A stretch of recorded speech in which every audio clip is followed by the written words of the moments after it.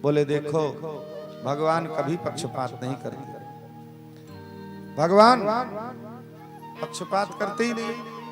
जीव भगवान के साथ जैसा व्यवहार करता है वही व्यवहार भगवान उसके साथ कर देते हैं।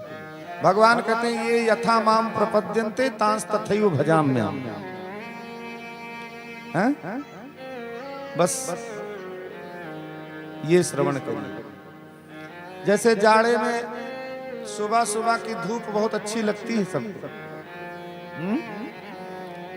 बढ़िया गुलाबी गुलाबी धूप सुबह निकले, सूर्य भगवान और सब लेते हैं, सुख मिलता है। लेकिन कोई व्यक्ति 8 बजे तक रजाई के अंदर घुसा रहेगा तो उसको सूर्य भगवान की वो सुंदर विटामिन डी वाली धूप कहां से मिल पाएगी। अब कोई सूर्य का दोष दे दे कि सूर्य ने इस अमुक व्यक्ति को अपनी रोशनी दिया नहीं, अपनी धूप दिया नहीं, तो सूर्य क्या उसके घर के अंदर प्रवेश होकर के सूर्य भगवान उसको धूप देंगे? बोले नहीं। बस यही है, भगवान कहते हैं सन्मुख होई जीव मोहि जबहि जन्म कोटि अघनासहु। जीव मेरे सन्मुख आ जावे, मेरी शरणागति कर ले तो मैं। तब पूछ लिए कि हिरण्यकशिपु नाम का जो दैत्य था, जीती महारानी के गर्भ से प्रकट हुआ था, दूसरे नंबर का बड़ा वाला तो हिरण्याक्ष था। उसने अपने पुत्र को काहे को सताया, भगवान से इतना द्वेष लेकर के अपने पुत्र को जो सताया और उसके कारण भगवान को प्रकट होना पड़ा, ये कथा सुनना चाहता हूं। तो प्रहलाद जी का सुंदर चरित्र सुनाई। बचपन से ही भगवान की बड़ी भक्ति में निमग्न रहते हैं प्रहलाद जी। और इसी कारण प्रहलाद को एक ग्रह ने पकड़ लिया। कौन पकड़ लिया? ग्रह। ग्रह कितने होते हैं जानते हैं आप सब? 9 ग्रह, सूर्य चंद्रमा मंगल बुध बृहस्पति शुक्र शनि राहु केतु। लेकिन हमारे साहित्यकारों ने काव्यकारों में लिखा कि एक 10वां ग्रह भी होता है। वो कौन होता है? बोले जामाता 10वां ग्रह। दामाद जो होता है वो 10वां ग्रह होता है, दामाद। बोले काहे? बोले सदा वक्रः सदा क्रूरः सदा मानम अपेक्षते और कन्या राशि स्थितो नित्यम जामाता 10वां ग्रह। हमेशा मान सम्मान चाहे, हमेशा मुंह टेढ़े किए रहे, हमेशा क्रोध से भरा रहे और तुम्हारी कन्या राशि पर सवार है, तुम्हारी कन्या। इसीलिए और 10 ही नहीं, एक 11वां भी ग्रह था जो प्रहलाद को घेरा था। वो कौन है?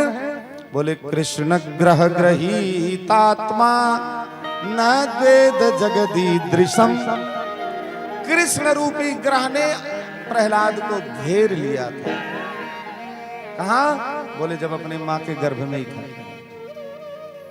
नारद वो इंद्र हरण करना चाहता था कयाधु का, प्रहलाद की को हिरण्यकशिपु को जो पत्नी थी, और इंद्र को धिक्कार करके नारद जी अपने आश्रम पे ले गए। गर्भ में ही रह करके प्रहलाद ने भगवान की भक्ति सीख ली। इसीलिए मैं माताओं से हाथ जोड़ करके विनती करता हूं, गर्भावस्था में ही आप सत्कर्म करें, कथा सुने, भागवत सुने, टीवी खोले तो केवल भागवत सुने, और मोबाइल पे रील चलाएंगी अगर तो जब बच्चा पैदा होगा सालों भर होएगा, मोबाइल पकड़ाओ जल्दी से पकड़ लेगा तुरंत। और थोड़ा भी बड़ा हुआ तो दिन भर मोबाइल चलाएगा, हैं?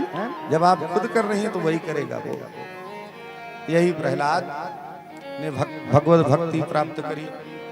हिरण्यकशिपु ने जाकर के ब्रह्मा जी की तपस्या करी और ब्रह्मा जी से वरदान मांग लिया, ना दिन में मरूं ना रात में मरूं, जो सब ब्रह्मा जी ने दे दिए।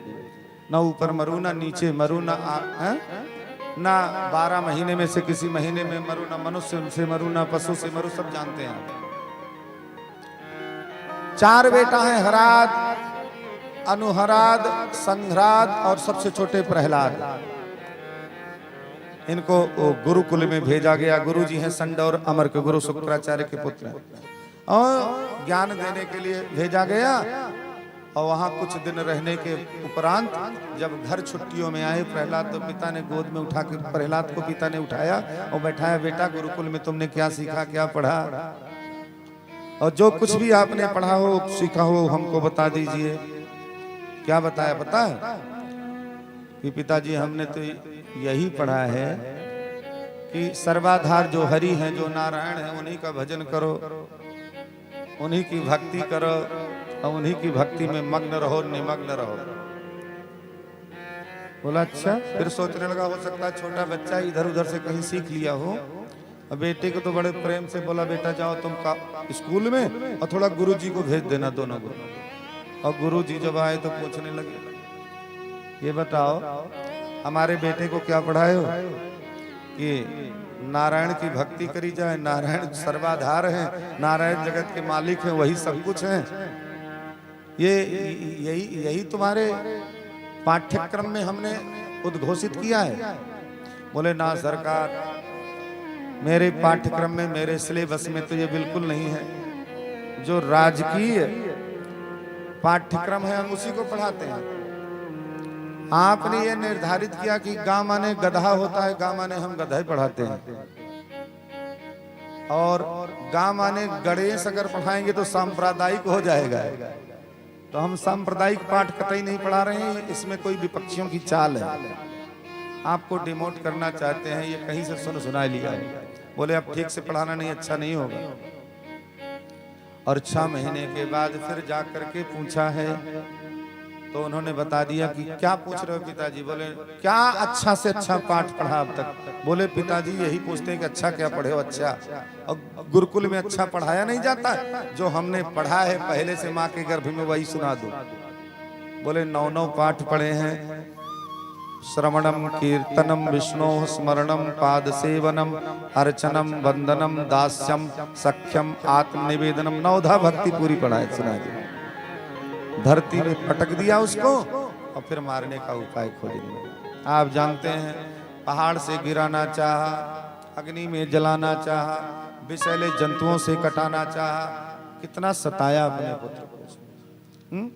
जहर का प्याला उसकी मां से भेज दिया।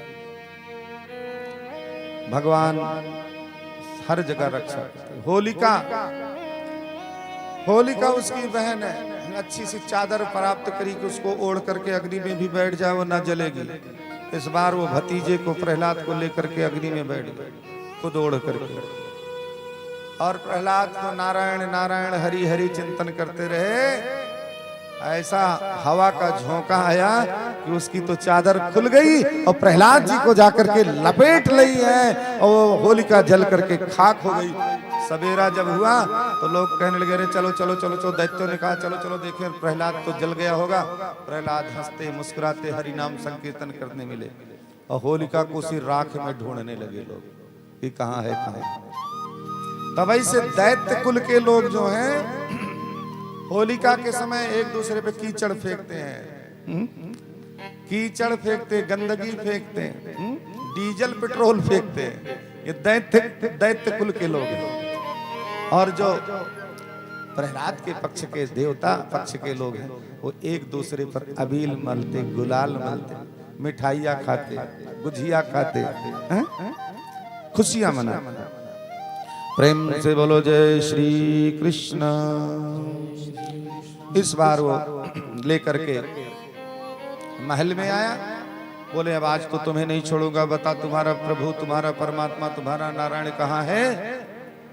प्रहलाद ने कहा पिताजी वो सर्वत्र हैं, तस्मात् स्तंभे न दृश्यते, इस स्तंभ में दिख नहीं रहे हैं। भगवान का दर्शन खंभे में प्रहलाद ने कर करके पिता से कह दीजिए कि मुझे तो मेरे प्रभु मेरे परमात्मा इस खंभ में भी है। जोर से प्रहार किया, घगड़ गड़गड़ानो खंभ फाटो चरचरानो, निकटो नरनाहर को रूप अति भयानक है। दसन दिखावे मानो जीभ लपलपावे, ऐसे जीभ निकाल करके और गड़गड़ाते हुए आवाज करते हुए भगवान आधा नर आधा सिंह के रूप में प्रकट हो गए। भगवान को देखते ही डर गया, जो भागने लगा तो डेहरी पे जाकर के भगवान ने दबोच करके अपनी जंघा पर ले लिया। जितने ब्रह्मा के वरदान से सब ब्रह्मा के वरदानों को सार्थक किया। उसने कहा न दिन में मरूंगा न रात में मरूंगा, बोले गोधूली बेला न बाहर मरूंगा न अंदर मरूंगा, डेहरी पे लिया है तुमको, ऊपर मरूंगा ना नीचे, मैंने न ऊपर लिया न नीचे, जंघा पर तुमको लिया। 12 महीने के किसी महीने में नहीं मरूंगा, भगवान ने कहा 13वां महीने तुम्हारे लिए स्पेशल मलमास का बनाया। अभी ये मलमास है, अस्त्र शस्त्र से नहीं मरूंगा। भगवान ने कहा शंख चक्र सुदर्शन कुछ नहीं लेके आया, ये बड़े बड़े मेरे नाखून और ये ले देख। भगवान ने उसके पेट में नाखून को डाल करके पेट को फाड़ दिया, साड़ी अतड़ियों को निकाल करके पहन लिया।